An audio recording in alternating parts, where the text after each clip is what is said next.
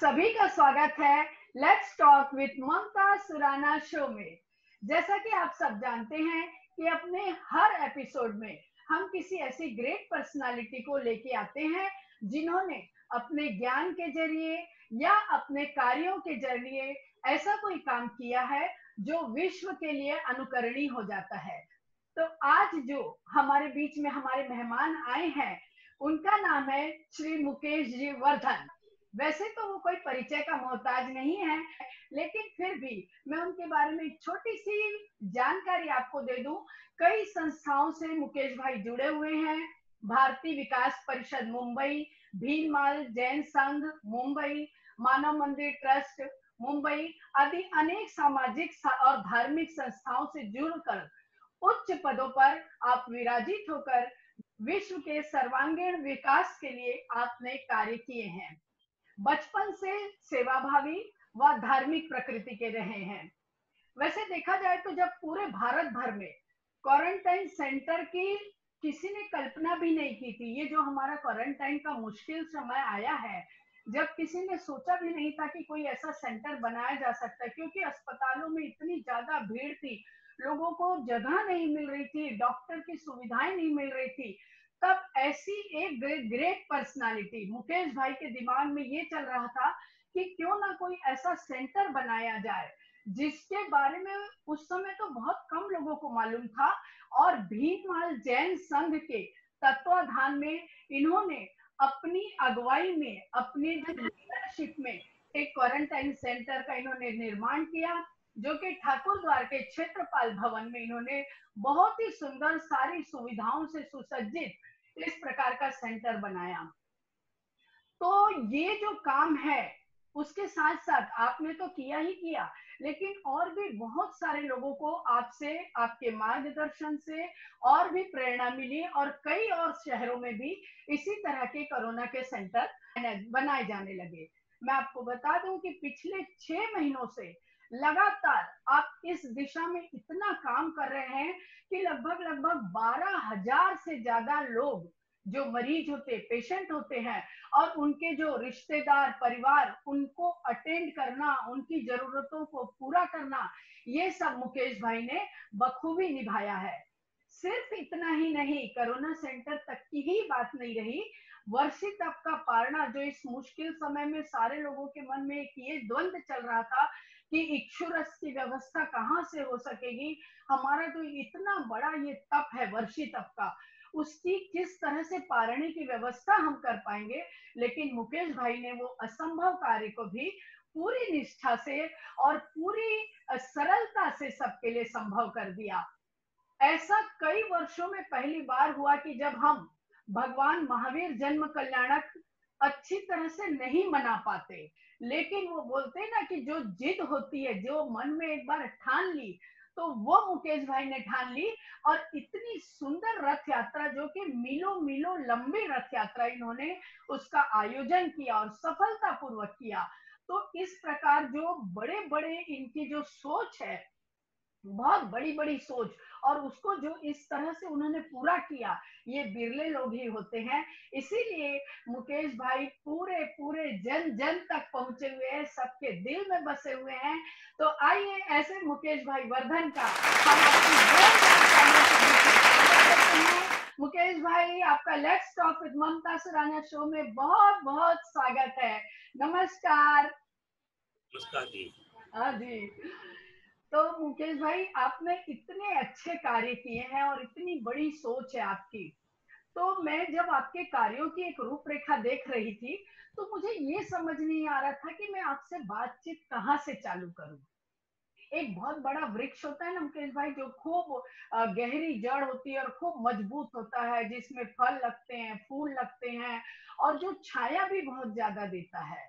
लेकिन अगर हम उस वृक्ष की मजबूती के बारे में जानना चाहते हैं, तो हमें उसकी जड़ तक जाना पड़ता है। उसकी जड़ को खोद के देखना पड़ता है कि ये इतना मजबूत किस तरह से है।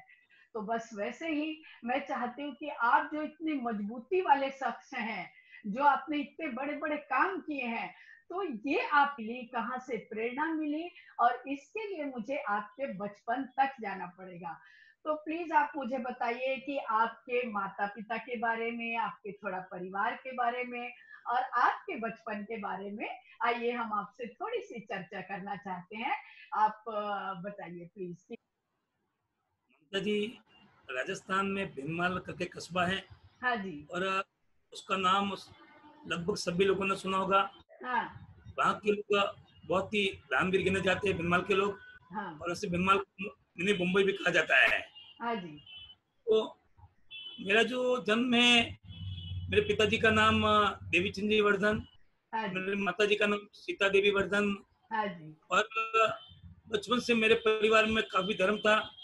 मेरे माता जी को मैंने कभी भी रात्रि भोजन करते नहीं देखा। घर में कभी कंदमूल नहीं आते थे। और बचपन से ही घर में साधु साध्वी भगवंतों का आवागमन बहुत था। अच्छा। और जिनालय पास में थे, उपासना पास में थे।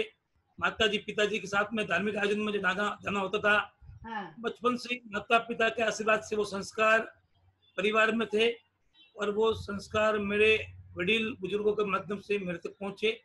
और जो मेरे से होता वो प्रयास मैंने करने का प्रयत्न किया। तो आपके इतने धार्मिक माता पिता, जो आपके पिताजी जीव दया में बहुत ज्यादा विश्वास रखते थे, और आपकी माता जी भी जो कि बहुत धार्मिक थी, तो आइए उनको नमन करते हैं, और एक उनका भी पिक्चर हम शेयर करते हैं, और उनको प्रणाम करते हुए हम अपनी बात को आगे बढ़ाते हैं।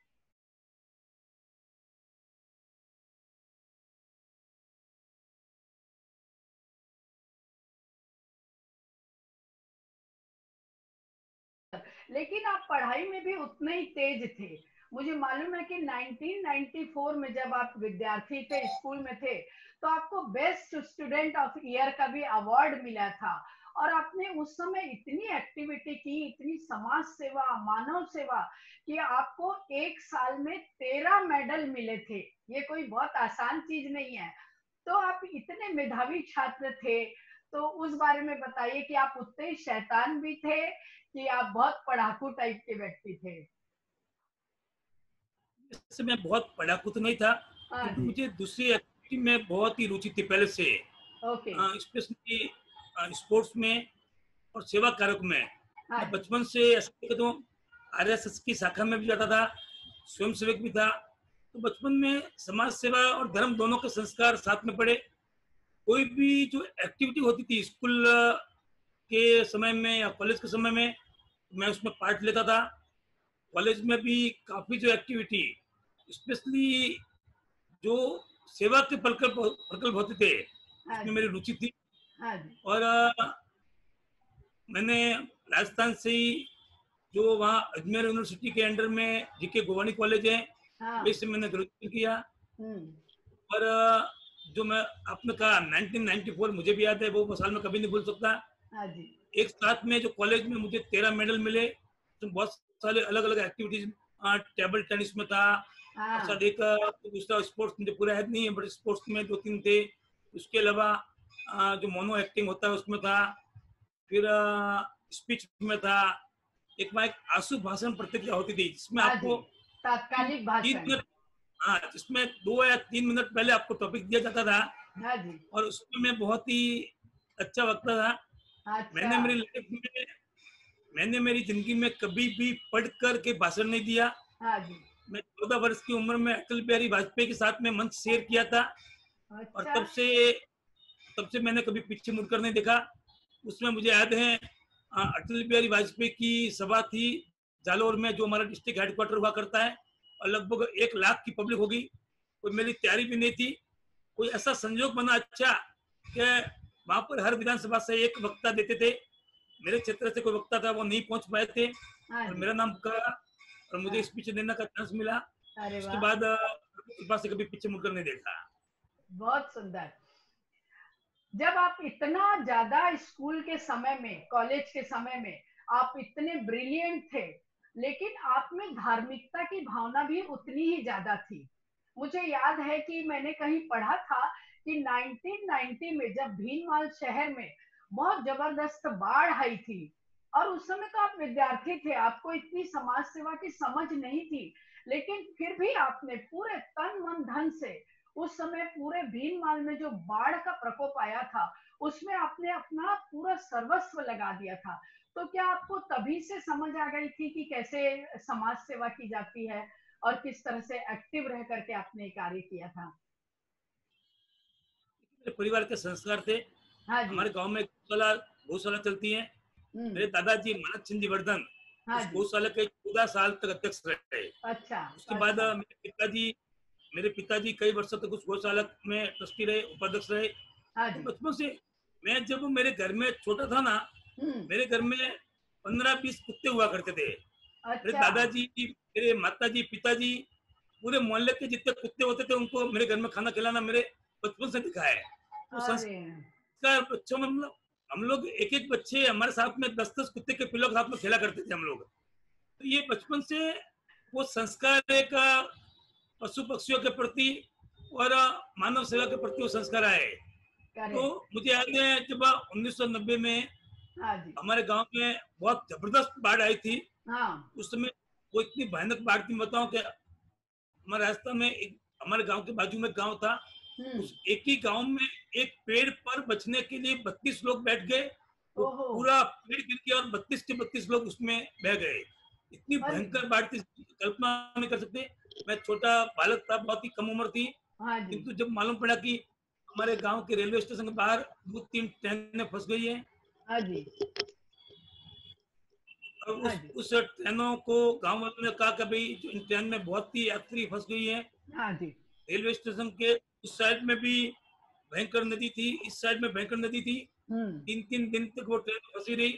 तो उस समय हम लोग पहले तो देखने के लिए जाते थे, फिर वहां मालूम पड़ा सेवा करनी चाहिए, तो हम लोगों ने काफी लोगों के साथ में 3-4 दिन अपने घुटने से भी ऊपर के पानी में चलकर हम वहां जाते थे और हम्म। उसमें अलग ही आनंद की अनुभूति होती थी।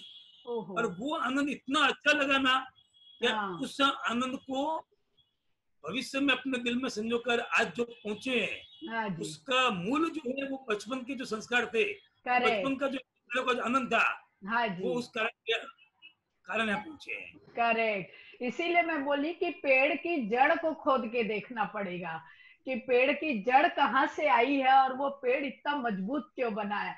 तो आपके संस्कार तो बचपन में ही माता पिता के सामने पड़ गए थे। ये तो ठीक है जब आप भीनमाल में थे, लेकिन उसके बाद आप पढ़ाई लिखाई खत्म करके बॉम्बे शिफ्ट हुए, बॉम्बे आ गए थे, और वहां पर आकर के आपको मालूम पड़ा कि 2015 और 2017 में भीनमाल में फिर से एक बार जोरदार बाढ़ आई। तो आपने बंबई में बैठ करके पूरा जो उधर बाढ़ का संचालन, बाढ़ में सहायता करना, गरम गरम भोजन की व्यवस्था करवाना, मेडिसिन के किट भेजना, कपड़े लत्तों की जरूरी चीजों की व्यवस्था करना, ये सब आपने बंबई में बैठ के किया। तो ये भी कहीं ना कहीं आपके बचपन के ही संस्कार थे, और आपको यहाँ बैठ करके भी आपने लोगों को बोला था कि मेरे गांव का एक भी व्यक्ति भूखा नहीं रहना चाहिए, भले ही मैं बॉम्बे में बैठा हूं, लेकिन मेरे भीनमाल में कोई चीज की कमी नहीं होना चाहिए। तो ये बात कहाँ तक सच है, और आप क्या किस तरह से इस काम को अंजाम दिया आपने? देखिए, मुझे मेरी मातृभूमि के प्रति हाँ सदैव जी। लगाव रहा है हाँ जी। और जब भी समय मिला है मैं वहां गया हूँ। और इसके पहले भी जो यथासंभव छोटे बड़े कार्य वो करने का प्रयास किए हैं। हाँ जी। मैं ये तो नहीं कहूंगा कि सब कार्य मैंने व्यक्तिगत रूप से किए, बट बहुत सारी संस्थाएं हैं हाँ। उसमें मेरे मुख्य संस्था हिमालय जैन संघ है। हाँ जी। मैं बहुत ही कम उम्र में जो मुंबई में हमारे लगभग हिमाल समाज के 1600 से ज्यादा परिवार हैं और हाँ लगभग जी। 4.5 लोग मुंबई में रहते हैं, हिमाल जैन संघ के। हाँ जी। हाँ बहुत ही जी। कम उम्र में मैं उससे जुड़ गया था। हम्म। और हिमाल जैन संघ में आज नहीं, हम्म। जब बहुत पहले अकाल भी पड़े, मुझे पक्का हम्म। याद है उस समय माननीय भैरव सिंह जी शेखावत उपराष्ट्रपति हुआ करते थे। उनका एक कार्यक्रम बिमल जैन सिंह ने किया था और भैरव सिंह जी ने कहा था राजस्थान में बहुत भयंकर अकाल है, बिमल जैन सिंह को काम करना चाहिए। तो हमारे तत्कालीन अध्यक्ष चंपालाल जी थे, उनके नेतृत्व में बहुत ही जबरदस्त काम किया था। उसमें भी पूरा कार्य करने का जिम्मेदारी मुझे सौंपी गई थी और उसमें बहुत जबरदस्त काम बिमल जैन सिंह ने उसमें किया था। उसके बाद खाली बिमल नहीं, नेपाल में जब भूकंप आया तो भी बिमल जैन सिंह ने बहुत ही काम किया। उत्तरांचल में जब बाढ़ आई, तूफान आए, उस समय भी काम किया। पूरे देश में कहीं पर भी प्राकृतिक आपदा आई तो बिमल जैन सिंह ने बढ़ चढ़ कर हिस्सा लिया और मैं बिमल जैन सिंह का सचिव हूँ, तो मुझे इस नाते हमेशा मेरे ऊपर कार्यभार सौंपा गया। और जो भी अध्यक्ष रहे उसमें चंपालाल जी थे, वर्धन थे, उसके बाद वर्तमान में बाबूलाल जी कोठारी हैं, तो उनको विश्वास था मेरे ऊपर तो मुकेश भाई की रुचि का विषय है और मुकेश भाई इस कार्य को बखूबी अंजाम कर सकते हैं। मेरे ऊपर जिम्मेदारी दी। 2015 में मैंने गांव के लोगों को संपर्क किया। भिनमल में बहुत बड़ी बाढ़ आई थी। जब 1990 की बाढ़ आई उस समय तो मैं बालक था और केवल व्यक्तिगत रूप से सेवा कर सकता था, आर्थिक सर्विस कर सकता था, किंतु इस बार मैं ऐसी स्थिति में था मैं खुद मैनेज कर सकता था। पूरा प्रयास किया हम लोगों ने, किट दिए, भोजन दिए और मकान बनाने में लोगों को सहायता दिया। बहुत ही बड़े लेवल पर बिमल जैन सिंह के नेतृत्व में मैंने काम किया और मुझे खुशी है मैंने जो पीड़ित मानवता का आंसू पोंछने का काम किया है। मैं ये तो नहीं कहूंगा कि का आंसू नहीं बहे, जो काम किया तो जो तत्कालीन जो बढ़िया में बढ़िया सहायता होती थी वो सहायता करने का हमने प्रयत्न किया। हाँ जी, हाँ जी। आपके लिए एक बात जरूर बोली जाती है, आपको पता हो या ना पता हो, लेकिन मैं आज आपके सामने बोलती हूँ कि ये जरूरी नहीं है कि हर समय जुबा पे भगवान का नाम आए। ये जरूरी नहीं है कि हर समय जुबा पे भगवान का नाम आए।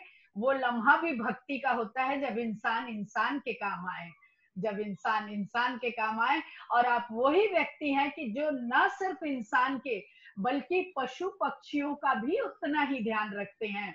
जब ये जो आप बोल रहे हैं अकाल का समय आया था और सूखा का समय आया था, तब आपने जो गौ माता के लिए चारे की व्यवस्था की थी वो आज भी लोग उतना ही याद करते, शिद्दत से बोलते हैं कि मुकेश भाई ने एक एक गाय की चिंता की, एक एक गाय के लिए चारे की चिंता की। यहाँ तक कि जब 1999 में आपने जो फर्स्ट वर्ल्ड एम्बुलेंस की शुरुआत की, उससे आपको पता ना हो कि लाखों पशु पक्षियों को आपने अभय दान दिया था। तो ये जो इतना बड़ा काम, मनुष्य तो मनुष्य की सेवा चलो किसी नाते करता है, लेकिन जानवरों की, पशु पक्षियों की कौन परवाह करता है? ऐसे बहुत बिरले लोग होते हैं। तो ये काम आपने बहुत अच्छा किया था और आज भी उस काम की लोग चर्चा करते हैं, आपके नाम की चर्चा करते हैं। और भी कुछ प्रतिष्ठित लोगों के थोड़े से वीडियो आए हैं, आप देखिए, फिर आप उसके बारे में आप अपने विचार बताइए कि ये लोग आपके लिए क्या महत्व रखते हैं और किस तरह से आपके सहयोगी होते हैं आपके बड़े बड़े कार्यों में। मुकेश वर्धन एक अच्छा कार्यकर्ता है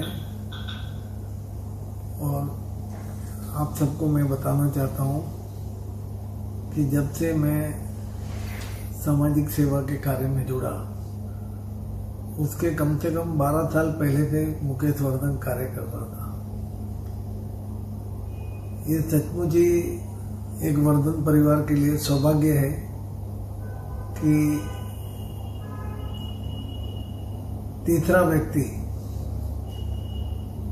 जैसे मेरे पिताजी किशोर चंद जी वर्धन, मैं स्वतः चंपालाल वर्धन और मुकेश वर्धन समाज के कार्य में जुड़े हुए हैं।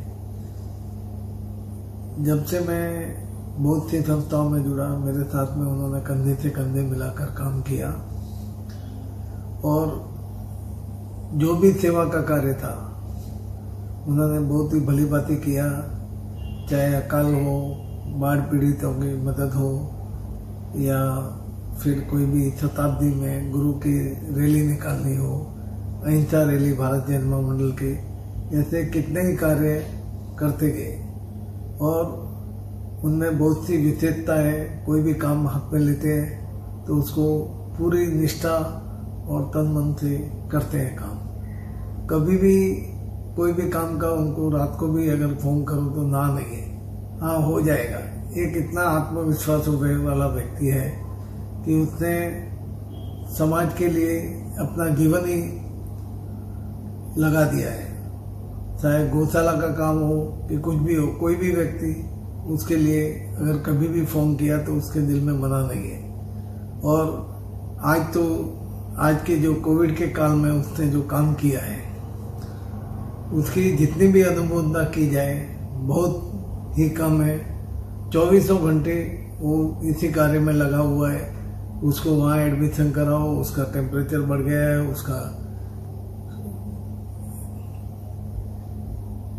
उसका पल्स लो हो गया है, उसको क्या इलाज देने का, कैसे करने का, होम क्वारंटाइन करने का, इतना जिस ढंग से काम कर रहा है, ये हमारे लिए नहीं, भीनमाल समाज के लिए नहीं, राजस्थान समाज के लिए गौरव की बात है कि मुकेश वर्धन जैसा कार्यकर्ता जो अपने साथ में एक बड़ी टीम लेके कार्य करता है और उसने जो जिंदगी में सीखा है अपने आप में बहुत ही उसने बदलाव लाया है।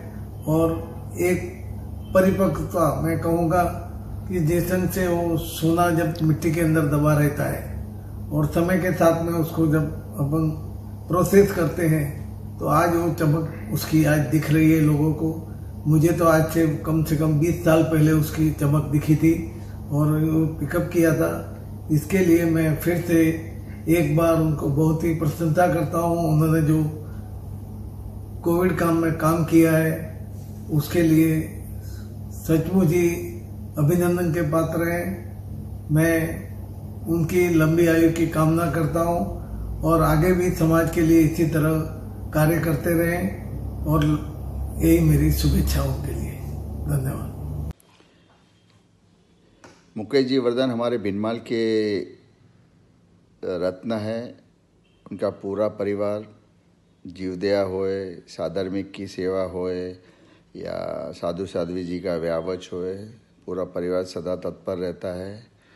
मुकेश जी में सबसे बड़ी खास चीज़ है कि वो हर छोटे बड़े को साथ में लेके चलते हैं। छोटा से छोटा अगर आदमी उन्हें रात को 2 बजे या 3 बजे भी फ़ोन करे, किसी भी तरह की सहायता हो, चाहे वो ऑक्सीजन कॉन्सेंट्रेट्स होए, चाहे हॉस्पिटल में एडमिशन का होए, चाहे कोविड सेंटर में एडमिशन का होए, या शायद होम क्वारंटाइन के लिए हो, या छत्रपाल भवन में क्वारंटाइन सेंटर के लिए हो, हर तरह की उनके पास में इलाज है। मतलब 100 दवा की एक मर्ज अगर कहिए तो मुकेश वर्धन है।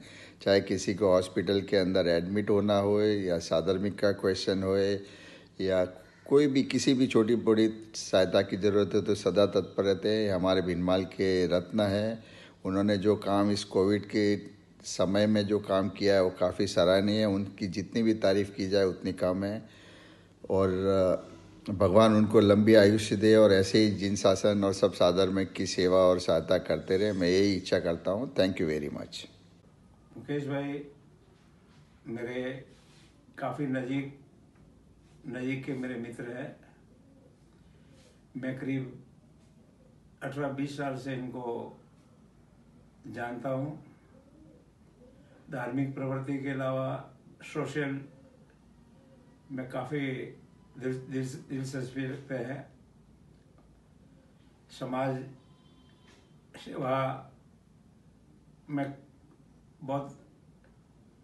सेवा में बहुत उत्कृष्ट काम कर रहे हैं। हाल कोरोना चल रही है। कोरोना के अंदर में इन्होंने काफ़ी अच्छा काम किया है। मैंने भी कई लोगों को वहाँ पे, मेरे भी जान पहचान वाले काफ़ी लोग आते हैं कि भाई मुकेश वर्धन को आप फ़ोन करो, और उन्होंने मतलब खूब प्रायोरिटी दी और खूब काम किया। आगे और ज़बरदस्त काम करे, सेवा काम करे। धर्म में तो बहुत उनका है ही है। Thank you. नमस्कार, मैं मंजू मंगल प्रभात लोढ़ा। बहुत आसान होता है गगन को चूम लेना, बहुत आसान होता है खिलते हुए चमन को चूम लेना। आंसुओं को पोंछना भी बहुत आसान होता है, पर बहुत कठिन होता है पीड़ित दुखित मन को चूमना, पीड़ित दुखित मन को चूमना। बचपन से ही इसे जीवन का मूल मंत्र मानकर अपने व्यक्तित्व में समाहित कर जरूरतमंदों की सेवा करने वाले भीनमाल निवासी श्री मुकेश भाई वर्धन को इस संक्रमण काल में, इस महामारी के समय जिस तरह से उन्होंने ज़रूरतमंदों को अपनी सेवाएं उपलब्ध कराई हैं, उसके लिए उनका जितना भी अभिनंदन किया जाए कम है। आप इसी तरह से सेवा मार्ग पर चलते रहें और ज़रूरतमंदों की सहायता करते रहें। कहते हैं कि एक बार गाओ वह मल्हार कि आसमान बरस जाए, एक बार छेड़ो वह तान कि रेगिस्तान सरस जाए। बुलबुल का दर्द और फ़कीरों का दिल लेकर चलो कि तुम्हारे दो टूक दर्शन को इंसान तो क्या देवता भी तरस जाएं, इंसान तो क्या देवता भी तरस जाएं। नमस्कार। जय जिनेन्द्र। ममता जी सुराणा, प्रथम तो मैं आपके विचारों और आपके कार्यों की अनुमोदना करता हूँ। मैं सौभाग्यशाली हूँ कि मुझे मेरे कल्याण मित्र मुकेश जी वर्धन की इस लघु फिल्म में बोलने का आपने अवसर दिया। भीनमाल नगरी के सुश्रावक, ख्याति प्राप्त, जिन शासन रत्न श्री मुकेश जी वर्धन जो तन मन धन से सेवा प्रदान करते हैं, उनकी अनुमोदना जितनी करो उतनी कम है। इनके कार्य तो अनुकरणीय है। मैं करीबी से इन्हें काफ़ी वर्षों से जानता हूँ। सदा पॉजिटिव रहने वाले, बिगड़े कामों को सुधारने वाले, मानवता के धनी, हर व्यक्ति के कार्य की प्रशंसा करने वाले, जिन शासन के कार्यों को प्राथमिकता देने वाले, अपने कुल और गांव का नाम दिपाने वाले। इस पर मुझे भीनमाल का इतिहास भी याद आता है। आचार्य श्री तीर्थेंद्र सुरीश्वर जी महाराज साहब की कृपा से ये भीनमाल नगर बना और यहाँ कई और विरलों ने जन्म लिया जो अपने धन का सदुपयोग मानव सेवा, पशु सेवा और जिन शासन के कार्यों में करते हैं। धन्य है मुकेश जी वर्धन और उनका जीवन, धन्य है भीनमाल नगरी। जय जय जिन शासन, जय जय। धन्यवाद धन्यवाद धन्यवाद। मुत्ता है जो मंटेस ग्रुप के चेयरमैन है और चिराला तीर्थ के चेयरमैन है, भोपावर तीर्थ उसके चेयरमैन है और बहुत सारे जगत ट्रस्टी और जिन समाज के बहुत ही बड़ी हस्ती है। मेरे कल्याण मित्र, उनका भी बहुत बड़ा स्नेह है मेरे ऊपर। चंपालाल जी वर्धन के उनका नाम ही काफी है पूरे मुंबई में। बहुत ही बड़ी जैन समाज की हस्ती है। रतनलाल जी जो है ये बाकरा तीर्थ के हस्ती हैं और जो आपने रमेश भाई मोता है तो नाकोड़ा तीर्थ के चेयरमैन है और भाई कोठारी है, उनका भी आया है। तो आप जानती है वो बहुत बड़ी आर्थिक जगत की हस्ती और उदारता भी उनकी बहुत अच्छी है। बहुत अच्छी। ऐसे मेरे मित्र हैं जो आपने इनको कहाँ से नाम की लिस्ट निकाली और आपने उनको चयनित किया है और इनका मेरे ऊपर काफी सबका आशीर्वाद। देखिए एक बात धनती है, हम लोग कार्य करते हैं, इसमें मात्र देव गुरु धर्म की कृपा से ये कार्य सफल होते हैं। और ये जो व्यक्ति हैं, ऐसे व्यक्तियों का आशीर्वाद, ये सब व्यक्ति कहीं कहीं समाज के लिए इनके त्याग, इनका तपस्या, इनका अर्पण, इनका समर्पण समाज के लिए रहा है। और ये व्यक्ति जब अपने लिए प्रार्थना करते हैं कि मुकेश भाई जो काम हाथ में ले रहे हो उसमें हमारा आशीर्वाद है, तन मन धन से आपके साथ में, तभी ये कार्य फलित होते हैं। और बाकी जो कार्यकर्ताओं की टीम है वो तो मेरे पास बहुत ही अच्छी टीम है, मेरे पास आती है, उनके सहकार के बिना ये कार्य नहीं होते हैं। बिल्कुल। एक छोटी सी बच्ची का वीडियो आया हुआ है जो आज भी आपके कार्यों की चर्चा करती है और आपके नाम को याद करती है। जय जिनेन्द्र। मेरा नाम विदिशा सलीचा है। मैं राजेंद्र विहार की निवासी हूँ। हमारे यहाँ पाठशाला की सुविधा नहीं थी। हमें नवजीवन सोसाइटी जाना पड़ता था पाठशाला के लिए, लेकिन मुकेश अंकल ने हमारे यहाँ पाठशाला की सुविधा कर दी। हमें मुफ्त में पाठशाला जाने को मिलता है और वहाँ से कई उपहार भी मिलते हैं। मुकेश अंकल हमें 2 बार तीर्थ स्थानों पर भी लेके गए, पालिताना और गिरनार जी। पालिताना से वापसी के दौरान पुल टूटने के कारण हमारी ट्रेन छूट गई, लेकिन मुकेश अंकल ने तुरंत ही हमारे अगले दिन की रहने की व्यवस्था और वापस मुंबई आने की ट्रेन की टिकट्स करवा दी। हमारा ये यात्रा अच्छी तरह से मुकेश अंकल की वजह से ही हुआ है। धन्यवाद मुकेश अंकल। हाँ जी, तो देखा आपने ये बच्ची कितने उससे आपको याद कर रही है। कहीं आपने इसके लिए रेलवे का टिकट बनवा दिया था और ये तकलीफ में पड़ गई थी, तो आपने इसकी बहुत सहायता की और इस बच्ची को आज भी आप पूरी तरह से याद है। तो आपका क्या कहना है? इस बच्ची को आप कहाँ से लेके आए? ये बच्ची का वीडियो आपने कहाँ से पूछा? हमारा तो काम ही है एक हीरे चुनना। आप जब हीरा है तो आसपास के बिखरे हुए मोती भी हम जमा करते हैं। तो ये तो एक छोटा छोटा जो आपका काम है उसकी चर्चा हमने की, लेकिन जो असली काम आपने किया इस सदी का जो सबसे भयंकर महामारी का समय आया कोरोना के रूप में हमारे सामने, ये संक्रमण काल, उसमें जो आपने किया इस त्रासदी के समय, वो तो काबिले तारीफ है। आपने ठाकुर द्वार में जो क्वारंटाइन सेंटर की स्थापना की, जो क्षेत्रपाल भवन में, और उसमें भी कितने, मेरे ख्याल से कितने रूम होंगे, उसके बारे में थोड़ी चर्चा करिए कि आपने वहाँ क्या क्या व्यवस्था की। मैं तो कहती हूँ वो 5 स्टार होटल की तरह मुझे लगता है। पहले फिल्म देख ले वहाँ की, फिर उसके बारे में हम बातें करते हैं। तो आपके क्वारंटाइन सेंटर की एक छोटी सी फिल्म मैं दिखाती हूँ सभी को, फिर आपसे चर्चा करते हैं।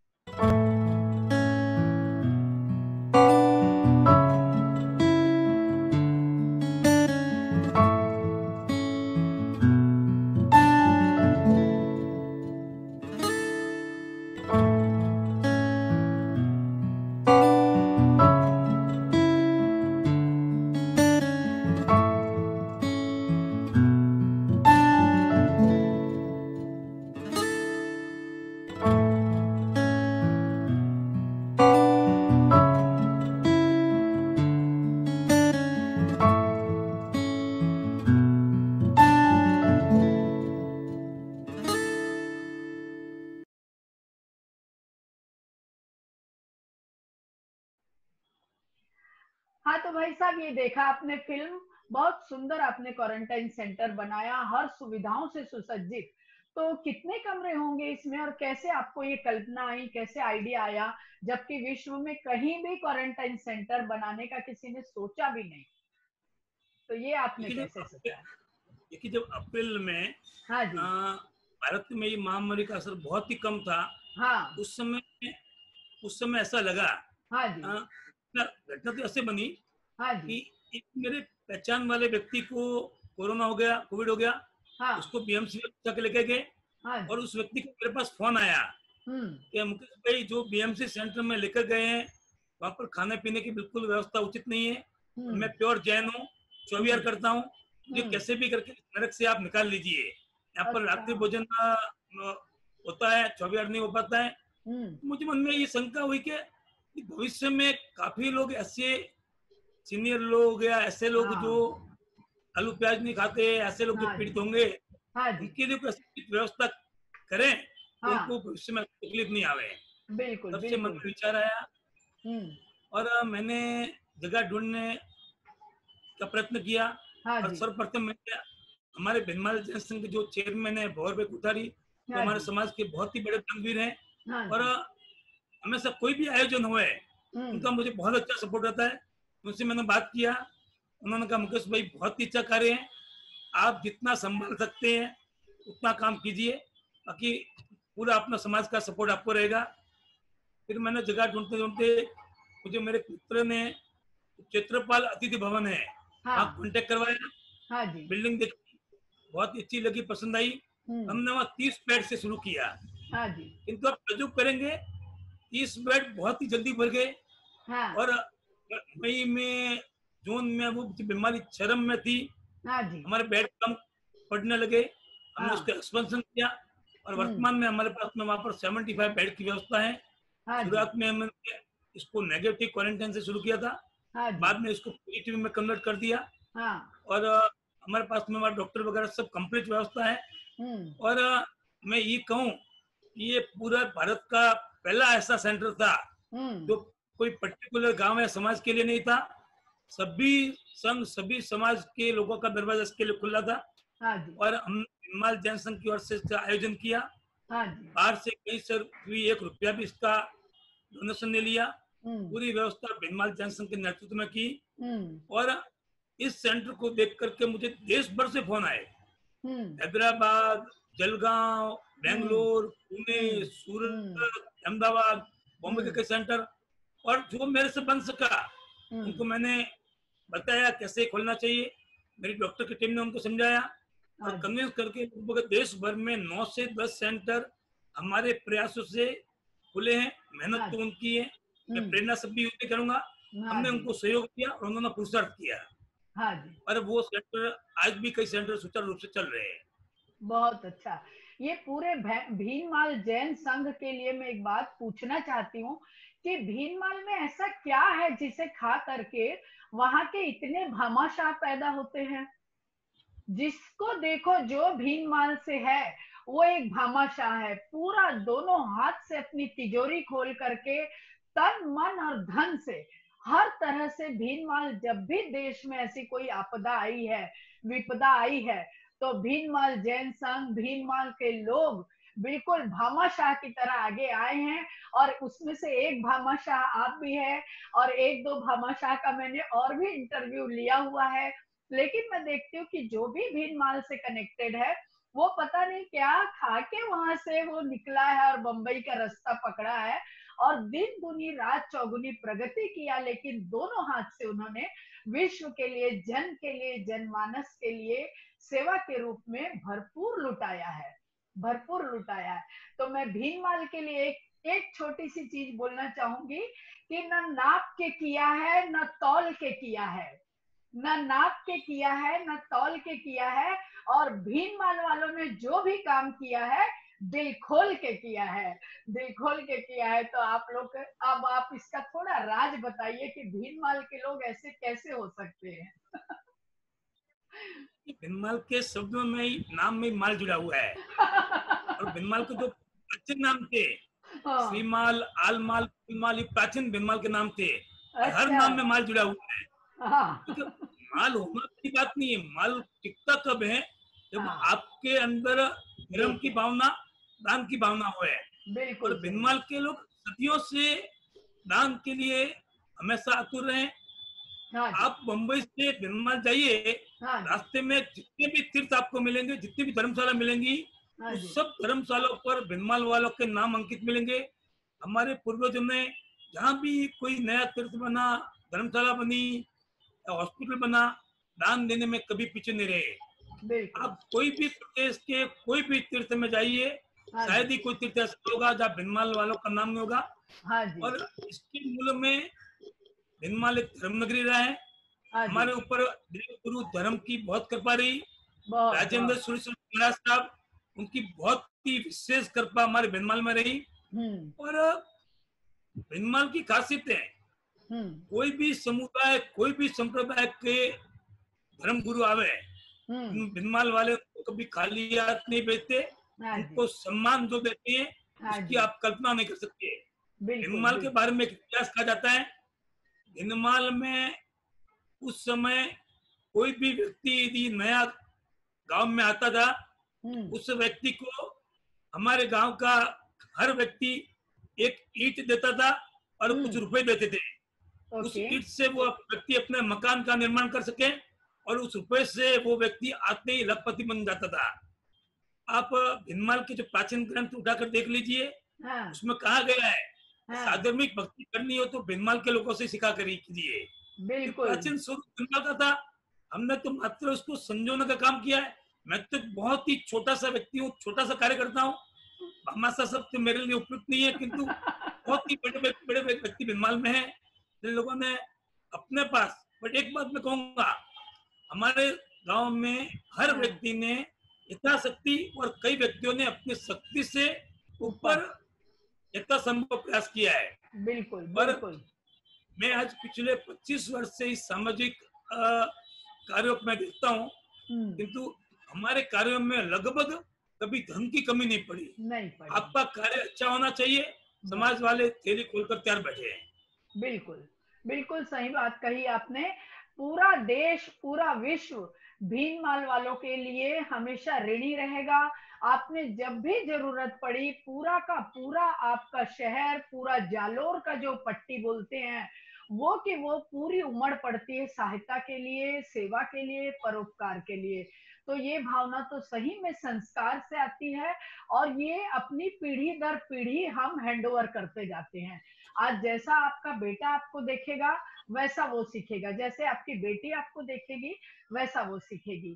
तो ये सही में संस्कारों की बात है।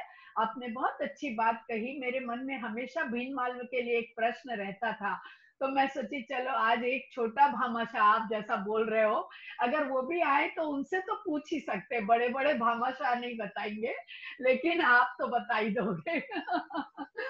एक और जो आपके इसके क्वारंटाइन सेंटर के बारे में मैं चाहती थी कि जैसे क्या होता है कि आजकल हॉस्पिटल में इतनी मारामारी हो गई है, कोई को एंट्री नहीं मिलती है, पेशेंट के लिए जगह नहीं है।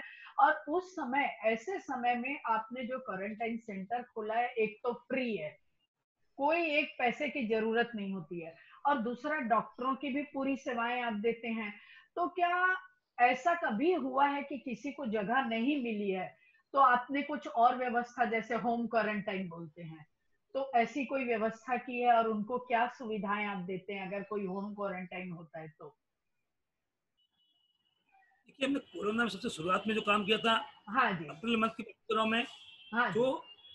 हॉस्पिटल के लिए कैसे जाते थे हमारे समाज के और आजू बाजू के लोगों को, तो ओके। हमने जो हमारे संपर्क थे, उन संपर्क को प्रॉपर उपयोग में ला करके हमारे समाज के मैक्सिमम लोगों को, समाज मतलब खाली बीमार के लोगों को नहीं, नहीं। जो भी मेरे पास फोन आया, हाँ यथासंभव हर व्यक्ति को हमने हॉस्पिटल में जगह दिलवाने का प्रयास किया है। हाँ जी। और रात को 3-3 बजे, 4-4 बजे कॉल आते थे। अप्रैल का महीना, शायद ही एक ही रात ऐसी रही होगी कि रात को मिडनाइट में कॉल नहीं आया होगा। हाँ। अप्रैल महीने में जब क्वारंटाइन सेंटर का इतना उपयोग नहीं था, हाँ। उसमें हॉस्पिटल हुआ करते थे, क्योंकि उसमें डॉक्टर भी उपलब्ध नहीं थे क्वारंटाइन सेंटर के लिए। फिर अच्छा। बाद में जब हमने मई के शुरुआत में खोला, हमने हमारे पास में पूरा ऐसा सेटअप बन गया कि भीनमाल जनसंघ बोलो तो कोविड का फुल पैकेज, और फुल पैकेज एकदम फ्री में। आपको हॉस्पिटल में एडमिट करना हो तो भी हम लोग भीनमाल जनसंघ के माध्यम से करते थे, कोविड सेंटर हो तो भी हमारे पास कोविड सेंटर की व्यवस्था, क्वारंटाइन सेंटर की व्यवस्था, ऑक्सीजन मशीन। जब हमने ये नोट किया कि इसमें कोरोना में सबसे ज्यादा जो डेथ का रीजन है, उसमें मैक्सिमम रीजन है ऑक्सीजन का जो फास्ट फॉल होता था, उसके कारण से तो हमने ऑक्सीजन मशीन मंगवाई। और वर्तमान में अभी अपने पास में 12 ऑक्सीजन मशीन है, एकदम सब नई मशीन, और सब ऑटोमेटिक, जिसको अपन ऑक्सीजन कॉन्क्रीटर बोलते हैं। उसके कारण इतना फायदा हुआ, जो व्यक्ति का SpO2 यानी कि जो ऑक्सीजन लेवल 90 के पीछे गिर जाता था, उस व्यक्ति को हॉस्पिटल में एडमिट करना पड़ता था। और वो व्यक्ति एक बार हॉस्पिटल में एडमिट होता था, उसका बिल 5 लाख से कम नहीं बनता था।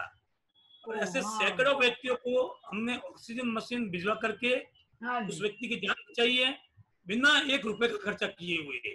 तो आप समझो कि हमने करोड़ों रुपए लोगों का तो केवल ऑक्सीजन मशीन के माध्यम से बचा लिया। फिर हमको जब लगा कि हमारे जो हमारे समाज के अग्रणी है पृथ्वीराज कोठारी है, वो हमारे साथ में जुड़े, और वो भी बहुत अच्छे लीडिंग पर्सनैलिटी है। उन्होंने यहाँ गिल्डर लैब में कोविड सेंटर शुरू किया, तो उस कोविड सेंटर, हमारा सेंटर, हॉस्पिटल एडमिशन और ऑक्सीजन सेंटर है, इन सबको मिलाकर भी ऐसी परिस्थिति आने लग गई कि जून जुलाई में इतने ज्यादा केस बढ़ने लगे कि हमारे सब सेंटर फुल हो गए। ऑक्सीजन मशीन की रात को आते नहीं मिलता था, तो हमने विचार करके होम क्वारंटाइन का कार्यक्रम शुरू किया, जिसमें हम लोग केवल मुंबई नहीं, पूरे भारत में जितने भी लोग हैं वो हमको कांटेक्ट करते, पूरा डॉक्टर का पैनल खड़ा किया हम लोगों ने, और व्यक्ति को घर बैठे कंप्लीट ट्रीटमेंट करते हैं हम लोग। उसको ऑक्सीजन की जरूरत पड़ती है तो उसको ऑक्सीजन उपलब्ध करवाते हैं, और उसके माध्यम से सैकड़ों लोगों का हमने उपचार किया। और उसमें सबसे बड़ा फायदा क्या हुआ, जो व्यक्ति का डर था कि यदि ऑक्सीजन 90 के नीचे आया तो हॉस्पिटल जाना पड़ता था, हम उस व्यक्ति के घर में ऑक्सीजन मशीन भेज करके जरूरत पड़ी तो डॉक्टर को भी उसके घर में भेजते थे, उसका ट्रीटमेंट करवाते थे। ऐसे सैकड़ों एग्जाम्पल हैं और वो एग्जाम्पल जो सोशल मीडिया से आप जुड़े हो, तो आज सोशल मीडिया, फेसबुक हो, इंस्टा हो या व्हाट्सएप हो, हजारों ऐसे मैसेज आते हैं कि जिन लोगों ने कहीं न कहीं प्रत्यक्ष या अप्रत्यक्ष रूप से भिनमाल जंक्शन के माध्यम से हमारी सेवा ली है, और वो व्यक्ति एकदम स्वस्थ होकर के अपना जीवन निर्वाह कर रहा है। बिल्कुल। जब उस व्यक्ति का स्वस्थ होने के बाद फोन आता है, वो व्यक्ति जब फोन से बात करता है, पहले तो वो व्यक्ति रोता है, वो व्यक्ति बोल नहीं पाता है, वो व्यक्ति का गला रूंध जाता है। मैं भी बहुत भावुक हूँ, उसकी बात सुनता हूँ तो मैं भी बोल नहीं पाता, मेरा भी गला रूंध जाता है। और मैं केवल एक ही बात कहता हूँ कि ये देव गुरु धर्म की कृपा है, मेरे माता पिता और पूर्वजों का संस्कार है, और हमारा संघ है समाज भिनमाल जंक्शन, उसके सब दानदाताओं और हमारे अध्यक्ष और हमारे जो कमेटी सभ्य है उनका उपकार है कि मुझे कार्य की जिम्मेदारी दी। उसके माध्यम से मुझे हजारों लोगों की जान बचाने का जो मौका मिला, बचाने वाला तो प्रभु है, किंतु अपन उसके निमित्त बने। और जब मुझे लगा कि इस बीमारी का इलाज केवल एलोपैथी से संभव नहीं है, मैंने आयुर्वेद का अध्ययन किया, आयुर्वेद के बहुत ही जानकार हैं, ऐसे वैद्यों से संपर्क किया और ऐसा एक आयुर्वेद का पूरा पैकेज बनाया। तो हम सब मरीजों को एलोपैथी के साथ में आयुर्वेद का पैकेज भी देते थे, ताकि वो व्यक्ति की रिकवरी बहुत ही फास्ट होती थी। और मेरा व्यक्तिगत अनुभव है, जिस व्यक्ति को सिर्फ एलोपैथी दी, उसका रिकवरी मान लो 5 दिन में हुआ, 7 दिन में हुआ, 10 दिन में हुआ। उसके कंपेयर में आयुर्वेद की मेडिसिन या जो किचन का ट्रीटमेंट हम लोग बोलते हैं, उसमें हल्दी, सूंठ, अश्वगंधा, अजमा, ये जो दिया तो उसकी रिकवरी बहुत ही फास्ट हुई और उसमें वीकनेस नहीं आई। ये प्रयास हम लोगों ने किया और ये कंटिन्यू शुरू हुए। बहुत सुंदर, बहुत ही अच्छा काम आपने किया। होम क्वारंटाइन में इसके पीछे बहुत अच्छी टीम है हमारे पास में। डॉक्टर महेंद्र भाई, डॉक्टर सुशील भाई, डॉक्टर अश्विन बाफना, डॉक्टर अनिल भाई, डॉक्टर ललित चौधरी, ऐसे सेवाभावी डॉक्टर हैं जिनको कभी भी काम पड़े आधी रात को फोन करते हैं, तैयार होते हैं और अपनी सर्विस देते हैं। Very nice. तो एक हम अपने डॉक्टर्स जो आपके क्वारंटाइन सेंटर में अपनी सेवाएं दे रहे हैं, उसकी भी फिल्म आई है हमारे पास, चलिए वो दिखाते हैं हमारे डॉक्टरों को समर्पित करते हुए, फिर हम आगे बातचीत चालू करते हैं।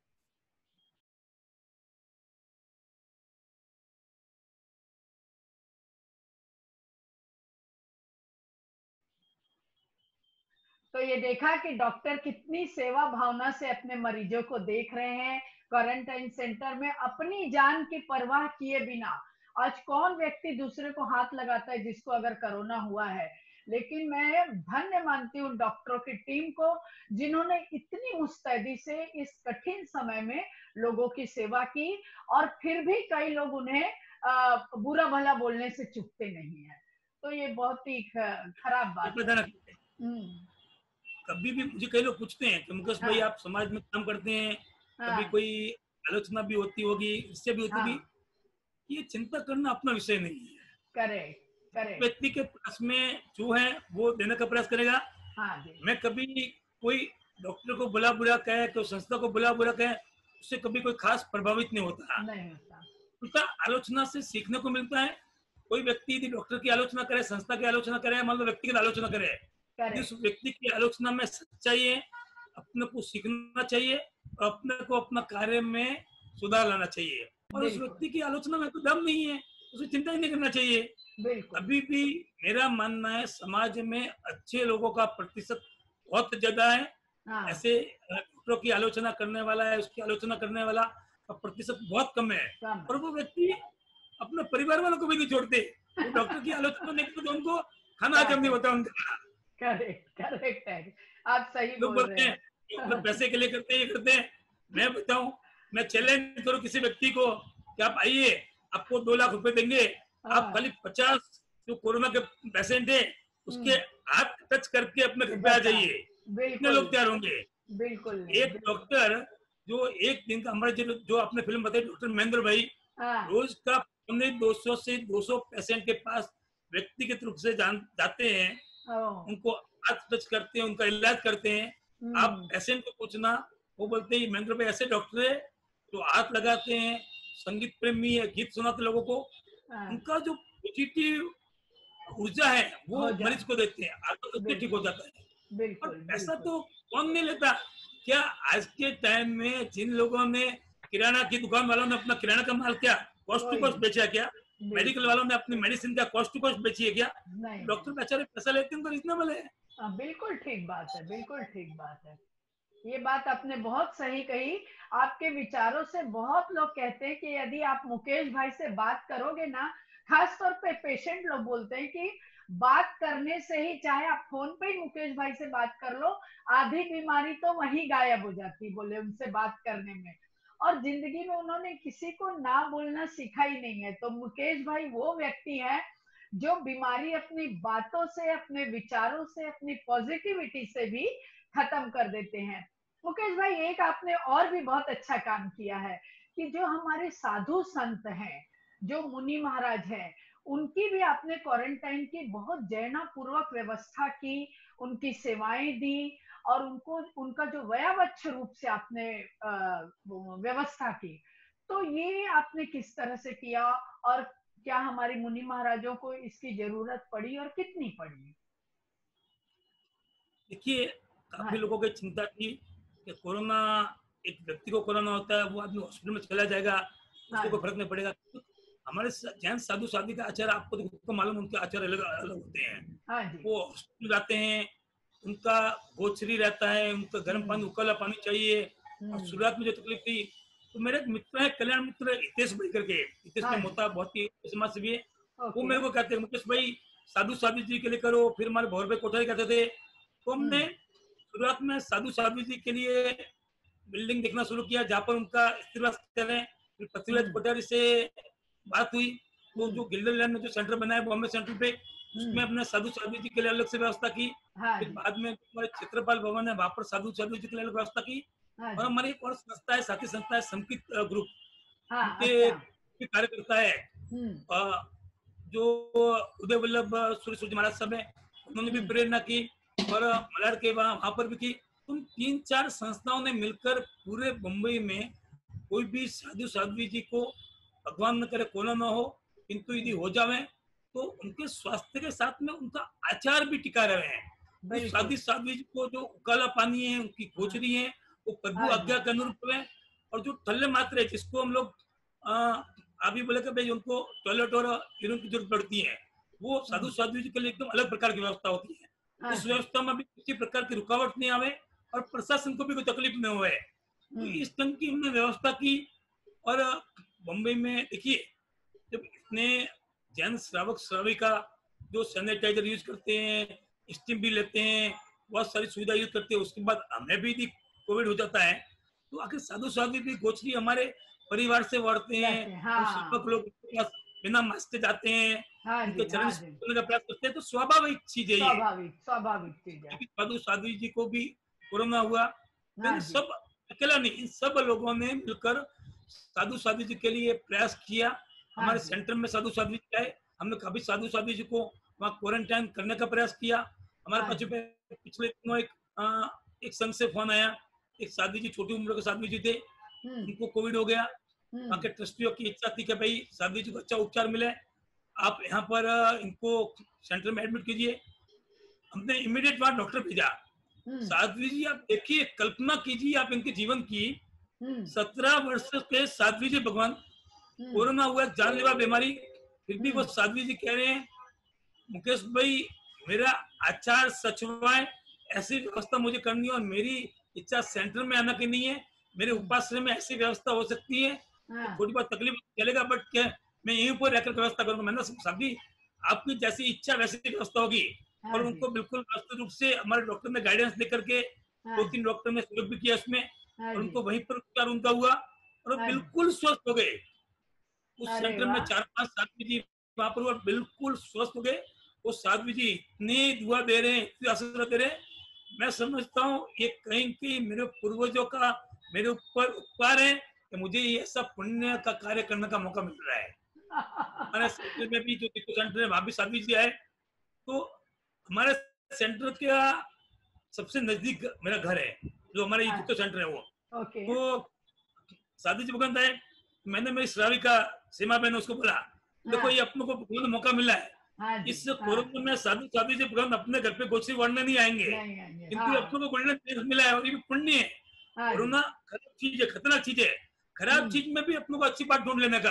बिल्कुल खराब बिल्कुल चीज में अपना पुण्य का अपनों को गोचे पानी का लाभ मिल रहा है। मिल रहा साधु जी है। की डॉक्टर ने सेवा की, पृथ्वी जी कोठारी भी चिंता करते थे, हितेश भी हाँ चिंता करते थे। हाँ और यहाँ पर जो भी सेंटर में आए, हम्म, हमारे दोनों सेंटर में बिना कोई कैजुअलिटी के सभी लोग, साधु जी आए, वो श्रावक श्राविक आए, सभी लोग ठीक होके गए। ये कहीं कहीं हमारी पूरी टीम का पुण्य था।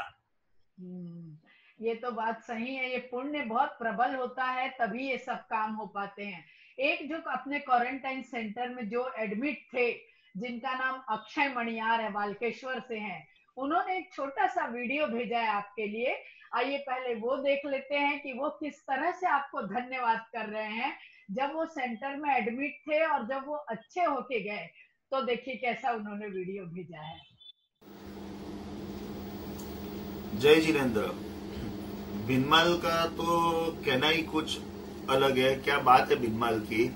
जो मुकेश भाई और जो डॉक्टर महेंद्र ने जो एफर्ट किए है, वो एफर्ट ही जबरदस्त है। मैंने खाली मुकेश भाई को फोन किया था बिना कोई पहचान के कि मुझे भिनमाल में क्वारंटाइन होना है, तो मुकेश भाई ने सब पर्सनली सब एफर्ट करके मुझे क्वारंटाइन, मुझे भिनमाल में जगह दी।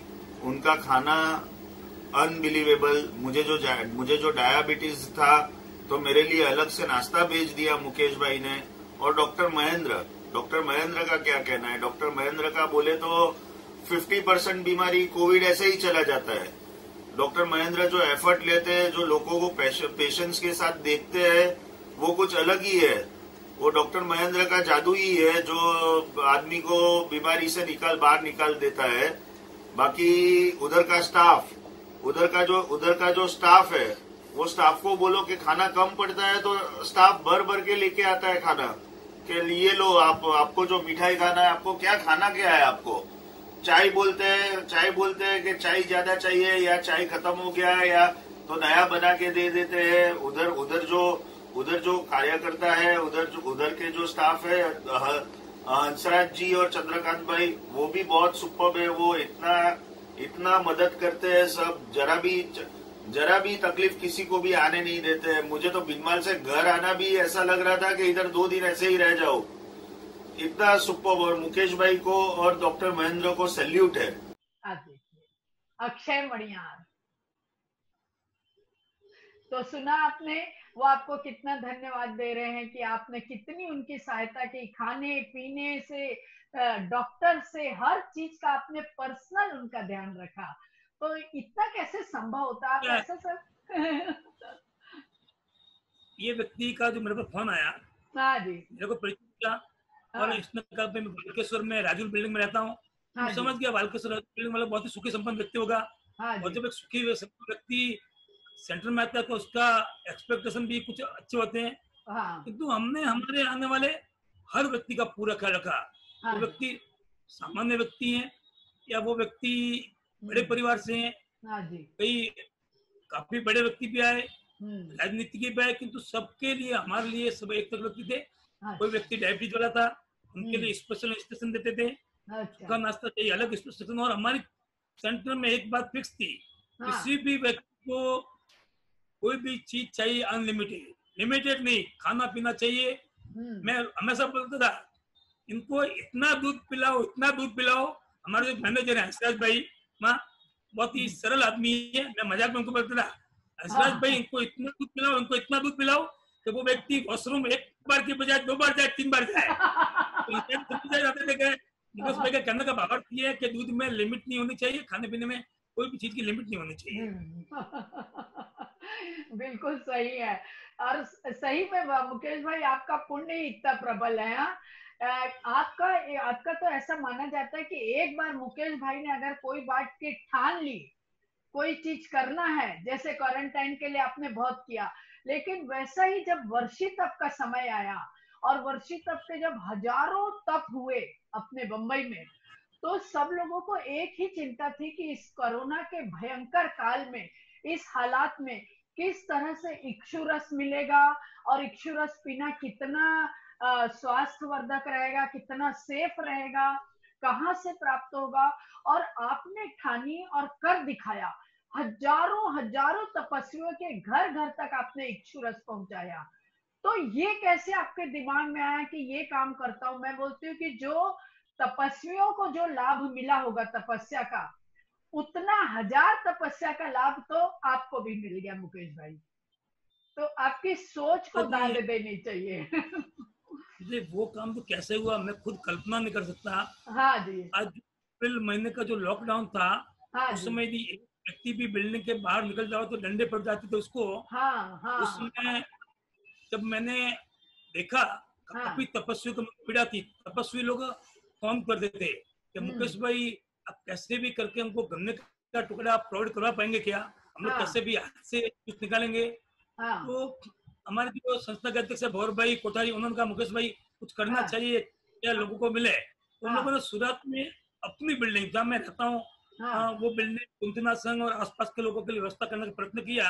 हाँ किंतु ये हमारा जो मैसेज था इतना ज्यादा वायरल हो गया, पूरे मुंबई से हमको फोन आने लगे। और हम लोगों ने सोचा कि देखो थोड़ी रिस्क हो गई। उसमें मैं बताऊँ रिस्क क्या थी। कोई उस साधु किस्मत ने संदीप भाई को ये कहा कि मैं कल्पना नहीं कर सकता था कि बम्बई में कोई बंदा ऐसा आएगा जो हमको गन्ने के जूस से पानी करवाएगा। बोलो। तो भगवान के मुंह से ऐसे वर्ड निकले हैं। आज हमारे एक एक संघ में वर्षी तप का पालने करने के चढ़ावे के लाखों रुपए में चढ़ावे करते हैं। मैं तो परमात्मा को ये धन्यवाद दूंगा कि 2200 2250 लोगों का पालना कराने का लाभ हमको मुफ्त में मिल गया। आज यदि 2200 लोगों को पालना करवाने का सामूहिक चढ़ावा मुंबई में बुलाते ना, तो सारी परिवार हितेश में जैसे ऐसे सैकड़ों परिवार बैठे हैं, तो 2-5 करोड़ रुपए से मैं चढ़ावा नहीं जावे हैं। नहीं जाएगा। परमात्मा की धन्यवाद की कृपा जब मेरे ऊपर थी तो लाभ मुझे ही मिलना था। और हम लोग क्योंकि जब आप ये पालने के पहले 26 तारीख को अखातीज थी, 23 तारीख को 24 तारीख पे व्हाट्सएप आते थे, गुरु भगवंतों को लेटर आते थे कि यदि आपके क्षेत्र में सूरज की व्यवस्था नहीं हो तो आप कैसे भी गुड़ के पानी से पालना करके काम चलाइए।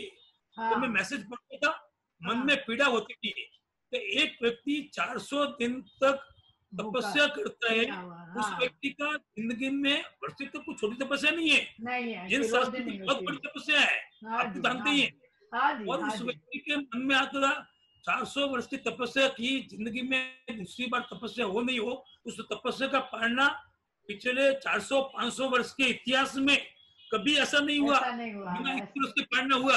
तो मैंने मन में प्रण लिया कि अपनों को पुरुषार्थ करना है, इस बार भी उन्हें आजू बाजू में किसी भी व्यक्ति को बिना 100 वर्ष के पालना नहीं करना पड़े। और वो मन में संकल्प लिया। और ये बात मैं कहूंगा इसमें मेरी होशियारी या मेरी शक्ति बिल्कुल नहीं, ये मात्र प्रभु कृपा से हुआ।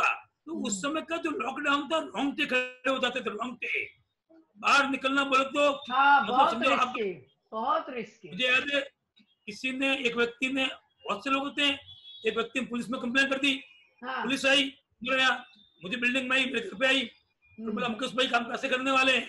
मैंने बताया ये काम हम लोग पूरी तरह सरकार की गाइडलाइन से ये सिस्टम से काम करेंगे, कोई तकलीफ नहीं पड़ेंगे।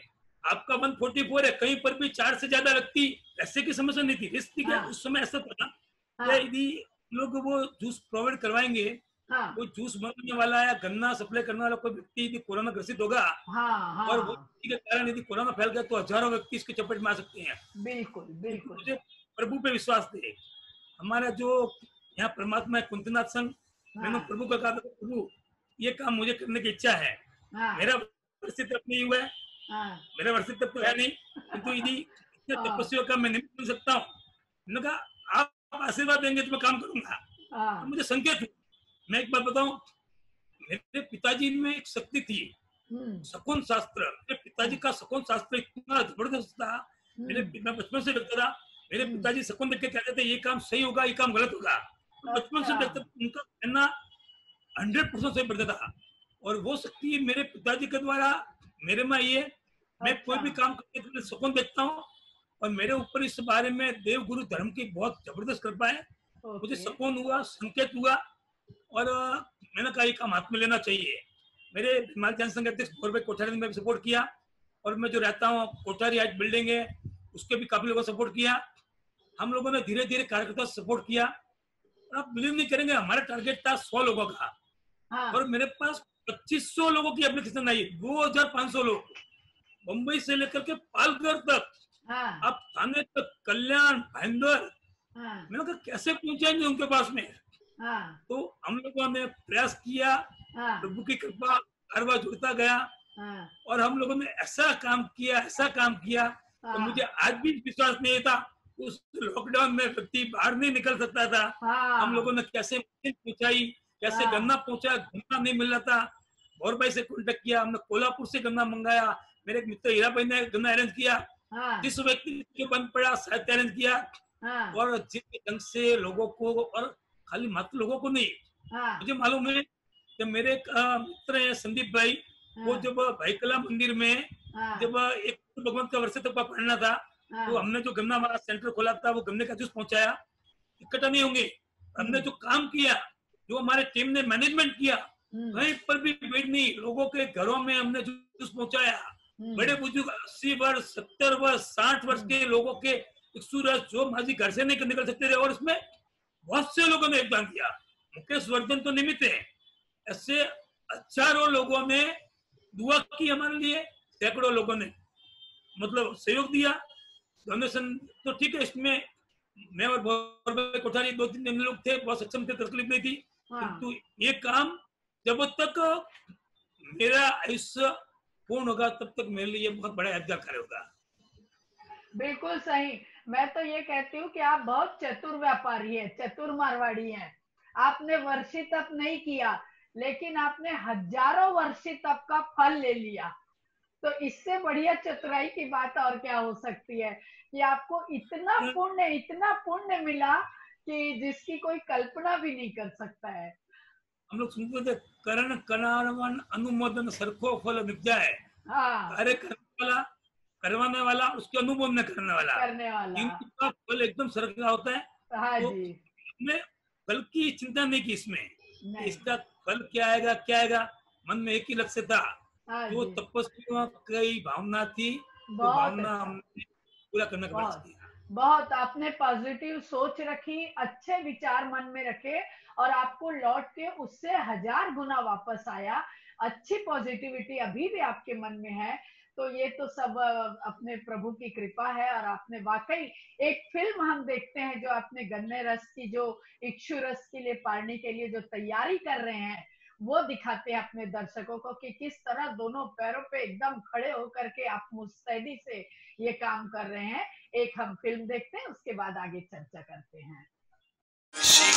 आराधकों ने कोटि कोटि वंदन, वर्षी तप आराधकों ने कोटि कोटि वंदन, आदिनाथ के मार्ग से पुलकित हो ये तन मन, वर्षी तप आराधकों ने कोटि कोटि वंदन, वर्षी तप आराधकों ने कोटि कोटि वंदन।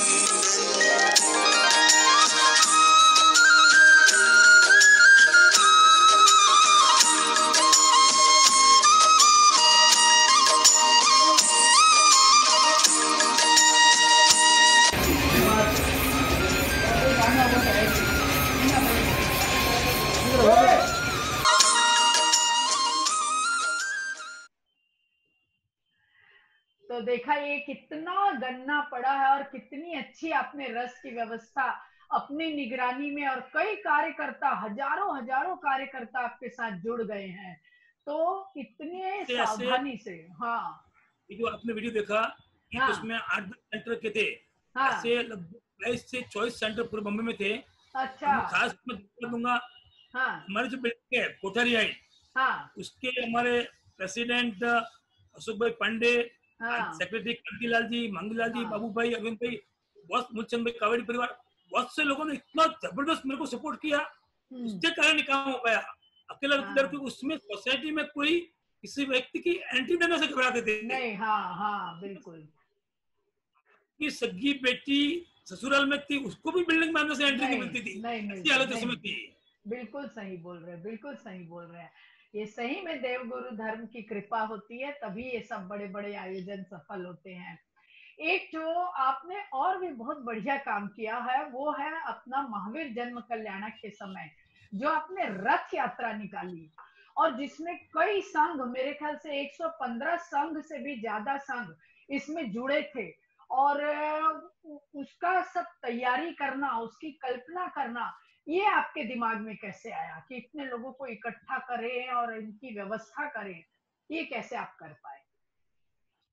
देखिए, ये जो आयोजन किया था हाँ जी, वो कुंथुनाथ जैन संघ, जो मैं अभी जहाँ रहता हूँ वहां पर हाँ है। जी, हाँ जी, मैं लास्ट ईयर इस बिल्डिंग में शिफ्ट होने वाला था। हाँ, मेरे मन में विचार आया, मैं जिस बिल्डिंग में जा रहा हूँ वहाँ पर प्रभु को कोई नजराना मेरी ओर से अर्पण करना। ऐसा अच्छा, सोच रहा था, क्या दे प्रभु को, क्या देवे? हाँ, मैं सोने का चेन देवे, ये देवे? मेरा प्रभु के लिए सब छोटा है। तो मेरी इच्छा हुई हाँ, कि जन्म कल्याण आ रहा है प्रभु का, हाँ ऐसा जी, कोई आयोजन करे कुंथुनाथ संघ से, कि हम्म, ऐसा कोई बढ़िया आयोजन हुए। हमने ऐसा 10-15 संघ को इकट्ठा किया हाँ, और ऐसी एक शोभा यात्रा जिसमें 2, 5, 10 हजार व्यक्ति हुए और हाँ, पूरा शासन की शुभकामना मुंबई में हुए, हाँ ऐसा जी, प्रयास किया। हाँ, तो मैं ऐसा कहता हूँ, मेरे कुंथुनाथ दादा को ये पसंद ही नहीं कि मुकेश भाई के हाथ से छोटा काम करवाऊं। मैं हमेशा समझो दोस्तों कहता हूं, मेरे कुंथुनाथ दादा एक ही बोलते हैं, मुकेश भाई तुमको छोटा काम नहीं करना है। और कुंथुनाथ दादा ने इतना आशीर्वाद दिया, हाँ, सोचते सोचते ये काम इतना बड़ा हुआ, इतना बड़ा हुआ कि हाँ, पिछले लोग कहते हैं कि पिछले 50, 100, 200 वर्षों में मुंबई में ऐसा आयोजन नहीं हुआ। नहीं हुआ, 115 संघों का आयोजन, और हाँ उस जी, समय मुंबई के रोड आप देखें हाँ, तो जो गणपति में जिस ढंग से रोड ब्लॉक हो जाते हैं, हाँ, हाँ, पूरे रास्ते पे पब्लिक ही पब्लिक।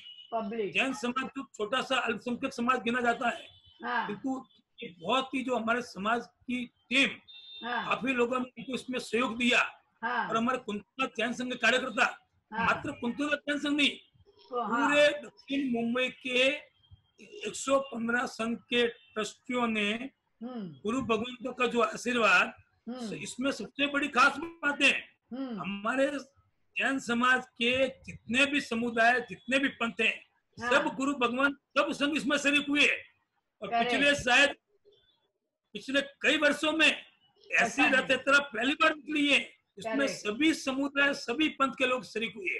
और मेरा जो हेतु था वो हेतु ये था, तो समाज के लोग बिखरे हुए मोती को एक माला में पिरो करके ऐसी माला प्रभु के गले में पहनाऊं, वो मेरा हेतु था। और उस माध्यम से ये सब कार्यकर्ताओं के सहयोग से काम हुआ। इसमें बहुत से लोग जुड़े। ममता जी, आपने भी शायद उस समय इसके बारे में सुना होगा, बॉम्बे में इलेक्ट्रॉनिक मीडिया से लेकर के प्रिंट मीडिया सब में इसकी बहुत ही जबरदस्त प्रचार हुआ था। हाँ जी, हम लोगों ने जो शुरुआत की, हमारा यात्रा का पहला सिरा, हमारा जो डेस्टिनेशन था वहां पहुंच गया था, और अंतिम सिरा उस समय हमारा जो शुरुआती स्थल था वहां पर था। इससे कल्पना कर सकते कितना बहुत बहुत सुंदर आपने आयोजन किया। मीलों मीलों लंबे दूर तक रथ यात्रा के लोग पूरे उत्साहित और नाचते गाते जो आपने समा बांधा, माहौल बांधा।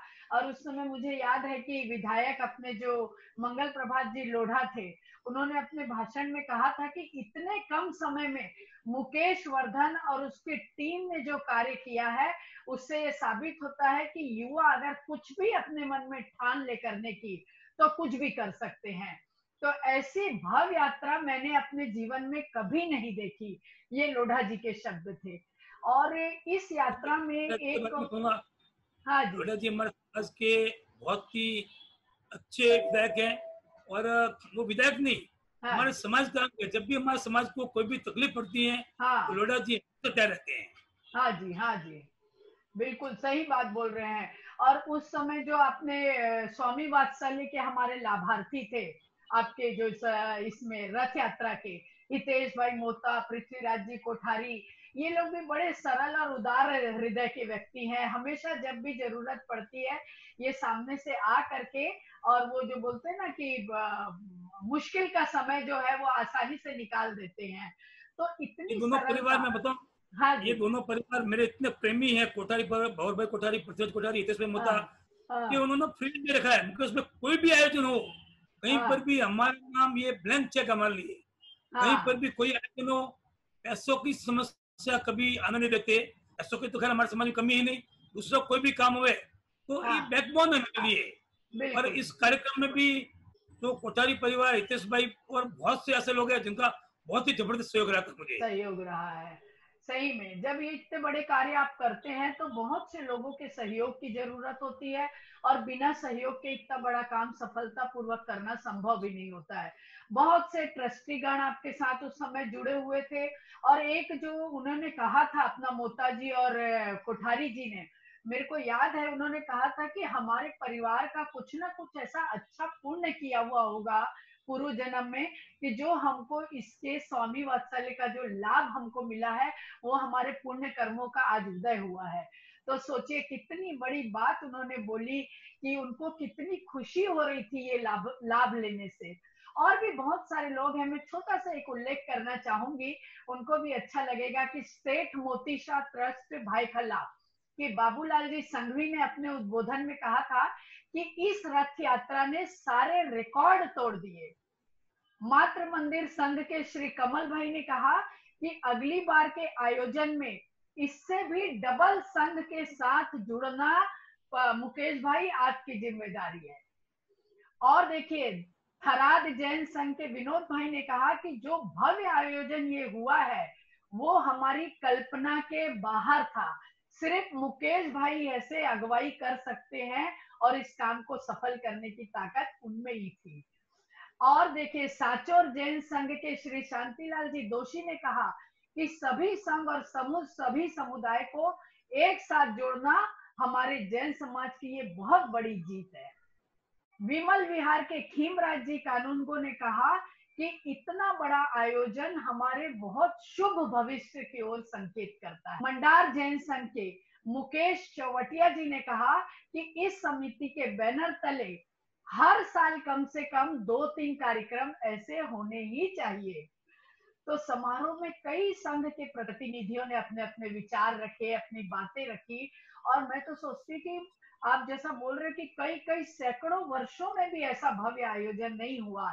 तो वाकई आपकी अगुवाई में बहुत बड़े बड़े कार्य हुए, बहुत सुंदर कार्य हुए हैं, और ये सब श्रेय आपको, आपके इनिशिएटिव को जाता है। मैं 3-4 फोटोएं दिखाती हूँ आपको। एक तो रथ यात्रा का भी एक छोटा सा मैं आपको वीडियो दिखाना चाहती हूँ, वो भी देखिए कि कितना लोग खुशी खुशी रथ यात्रा में शामिल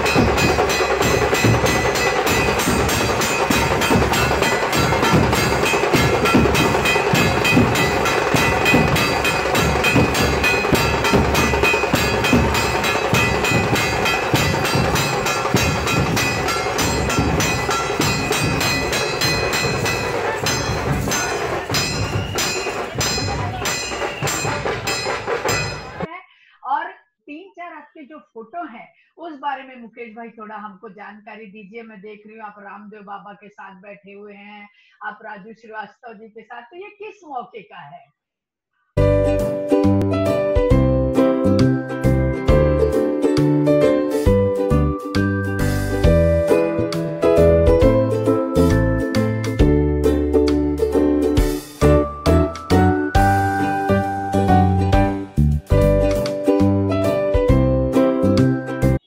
कार्यक्रम था, मेरे मित्र हैं ओम प्रकाश जी माथुर, जो बहुत बड़े व्यक्ति हैं, जनता पार्टी के राष्ट्रीय उपाध्यक्ष, उनका कार्यक्रम था। वो एक कार्यक्रम में जाना होता रहता है, उनसे मिलना होता रहता है। और राजू भाई से मेरे अच्छे मित्र भी हैं, बाबा रामदेव से भी कई बार मुलाकातें कार्यक्रम में होती रहती हैं। उस समय कार्यक्रम था, हम साथ में थे और पूरा कार्यक्रम की जिम्मेदारी मुझे दी हुई थी, सबसे उनके साथ में। अरे वाह। और मुकेश भाई आपने जो इतना अच्छा और इतना ज्ञानवर्धक चीजें हमको बताई, बातें बताई, और लोगों को इस मार्ग में चलने के लिए आपने प्रेरणा का स्रोत बने। लेकिन यदि कोई व्यक्ति, नवयुवक व्यक्ति अगर मुकेश वर्धन बनना चाहता हो तो उसको क्या सीखना चाहिए आपसे, क्या उसके लिए आप सलाह देना चाहेंगे और क्या सावधानी रखना आप बोलेंगे उसे? देखिए, मैं ये तो नहीं कहूंगा कि मुकेश वर्धन की ऐसी बड़ी हस्ती है कि वो बनना चाहिए, तो मैं हाँ, दो बातें कहूंगा। हाँ, प्रभु भक्ति में इतनी शक्ति है ना, हम्म, मेरी जो शक्ति है, हाँ जी, मुझे आराधना करने में बहुत रुचि है। मैंने हाँ बचपन से जी, परिवार में संस्कार के, आज भी मैं मंदिर में 1 घंटा 2 घंटा जितना समय मिलता है मैं प्रभु भक्ति करता हूँ। हाँ और जी, उस वो मैं बोलता हूँ परिवार में, हम्म, जिस ढंग से आपको मोबाइल चार्ज करना पड़ता है बार बार, हम्म, इसी ढंग से आपको अपनी लाइफ चार्ज करनी है। तो मात्र मात्र वो पावर हाउस परमात्मा के पास ही है हाँ और जी, प्रभु भक्ति में ही वो शक्ति है। हाँ जी, दूसरा मैं कहूंगा, प्रभु ने आपको सामर्थ्य दिया है हम्म, दुखी व्यक्ति के आंसू पोंछने का, तो जिंदगी में कभी किसी को ना नहीं बोलने का। मेरे पिताजी मेरे को एक बात हमेशा बोलते थे, कोई व्यक्ति आपके पास आता है, हम्म, कुछ आप में योग्यता समझ के आता है हाँ जी, और हाँ जी, आपके पास वो चीज है, तो उसको कोई भी हालत में ना नहीं बोलना। और मेरे पिताजी की मैंने एक बात ग्रहण की है। हम्म, मैं कोरोना काल की बात करूं, दूसरी बात तो बात की बात है। हाँ जी, कोरोना काल में ऐसी स्थिति आई कि मेरे पास रात को 2-2 बजे आईसीयू के पेशेंट आए। हम्म, मैंने हॉस्पिटल में फोन किया तो हॉस्पिटल वाले मुझे बोलते थे कि मुकेश भाई, हमारे यहाँ 7 दिन की वेटिंग है, 7 डेज। मैं हिम्मत नहीं हाँ, हारता था। मुझे मालूम पड़ता था इस हॉस्पिटल में कौन से मिनिस्टर का कोटा है, कौन से ट्रस्टी का कोटा है, किस ओ, व्यक्ति के कहने से इस हॉस्पिटल में एडमिशन होता था। मैं हाँ, रात को 3-3, 4-4 बजे उस व्यक्ति को उठाता था और हाँ, रिक्वेस्ट करता था। और जो हॉस्पिटल कहता था 7 दिन तक एडमिशन नहीं मिलेगा, उस हॉस्पिटल में मैंने 15-15 मिनट में एडमिशन करवाए हैं। तो ये मात्र मात्र प्रभु की शक्ति के कारण हाँ और जी, आपके नाम ही कहने का स्वभाव के कारण ही सफल होती है। तो मैं सबसे ये कहना चाहूंगा, हमेशा काम करो, मन में एक लक्ष्य रखो, काम नाम के लिए नहीं करना है। बिल्कुल, बिल्कुल, जो काम आप नाम के लिए करने गए, तो हाँ जी, उस काम में कभी सफलता नहीं मिलेगी। काम हम्म, करने का दो ही हेतु होना चाहिए, हम्म, मेरी आत्मा का कल्याण और हम्म, किसी व्यक्ति का हित। दो बिल्कुल, कल्याण आप लेकर चलेंगे, हाँ दो जी, कार्य आप में लेकर चलेंगे तो काम सिद्ध होगा। और नाम तो इनबिल्ट होना है ही। हाँ आप जी, कोई भी काम करेंगे, काम सफल होगा, नाम होगा। और अपना नाम ना भी होगा, क्या फर्क पड़ेगा? क्या फर्क है, मान बिल्कुल, लो कोरोना काल में काम हुआ, कल को मेरा नाम न भी हो, आप जैसे मानूबा मेरा इंटरव्यू न भी ले, अखबार में न भी छपे, क्या फर्क पड़ गया? क्या फर्क जिन है, लोगों को काम किया उन लोगों का भला हुआ। बिल्कुल, मैंने मेरा पुरुषार्थ, भला न भी हो, मैंने मेरा पुरुषार्थ किया है, हाँ मेरे जी, पुण्य का उपार्जन हुआ और हाँ वे जी, पुण्य का उपार्जन मेरे आत्म कल्याण के लिए सहायक है, ये बिल्कुल, मुझे जानकारी है। बहुत सुंदर बात, बहुत अच्छी बात बोली आपने। जीवन में जो लोग नाम के पीछे भागते हैं उनके लिए थोड़ा सा आंखें खोल देने वाली बात है कि काम करिए, काम के पीछे नाम तो अपने आप आता है। तो ये आपने एक बहुत अच्छी सलाह हमारे नवयुवकों को दी। मैं आपका बहुत बहुत धन्यवाद करूंगी मुकेश भाई, आपने इतना कीमती समय मैं देख रही हूँ कि बहुत से लोग आपके इंतजार में खड़े हैं, आपसे बहुत सारी उनको सहायता चाहिए, लेकिन फिर भी आज आपने मेरे लिए समय निकाला और इतनी अच्छी अच्छी बातें हमारे साथ शेयर की। मैं आपका बहुत बहुत धन्यवाद ममता जी, करूंगी। आपका बहुत बहुत शुक्रिया और मैं आपसे माफी चाहूंगा। पिछले 1 महीने से आप इंटरव्यू लेने का प्रयास कर रहे हैं, समय के कारण मैं आपको नहीं दे पाया। कई बार आपने काफी वीडियो फोटो मंगवाया बट मैं नहीं दे पाया, क्योंकि मैं यही सोचता था इंटरव्यू तो और हो जाएगा और जो कैसे जा रहे हैं उन केस को सॉल्व करूँ। इसके लिए बिल्कुल क्षमा सही, हो, मैं आपको तकलीफ है इसके लिए। नहीं नहीं नहीं नहीं, वो मैं मुझे करूँ, अच्छी अच्छी चीजें थोड़ी देरी से मिलती है। और पूरे कार्यक्रम में हाँ जी, मेरे द्वारा कोई भी यदि जाने अनजाने में कोई बात गलत कही हो, कोई बात प्रभु आज्ञा के विरुद्ध हो या जिसमें या मिथ्या का आलम्बन हो, तो मैं आपसे त्रिविध मिच्छामि दुक्कड़म मांगता हूँ। मेरे जानकारी में ऐसा कुछ भी नहीं है जो मैंने गलत कहा है, फिर भी हाँ कभी स्वाभाविक ऐसा कुछ गलत आया तो मिच्छामि हाँ दुक्कड़म। जी, हाँ जी, बहुत बहुत धन्यवाद। और हम अब धन्यवाद। आपसे विदा लेते हैं। Thank you. ओके। तो अभी आपने देखा कि हमारे समाज सेवी और परोपकारी श्री मुकेश वर्धन जी जितने बड़े इंसान हैं, जितने सेवा भावी हैं, उतने ही नम्र और उतने ही उदार मन के व्यक्ति हैं। तो ऐसे व्यक्तियों से हमें जीवन में बहुत सी प्रेरणा मिलती है। मुझे विश्वास है कि आज का ये एपिसोड आपको पसंद आया होगा, और यदि आज का ये एपिसोड आपको पसंद आया तो प्लीज इसे लाइक करिए, शेयर करिए और सब्सक्राइब करना ना भूलें। मेरा ईमेल आईडी और फोन नंबर इसी वीडियो में दिया हुआ है। यदि आपके आसपास भी ऐसी कोई पर्सनालिटी है जिनका परिचय आप हमसे कराना चाहते हैं और इस प्लेटफॉर्म के जरिए लोगों तक संदेश पहुंचाना चाहते हैं तो कृपया हमें सूचित करें। धन्यवाद।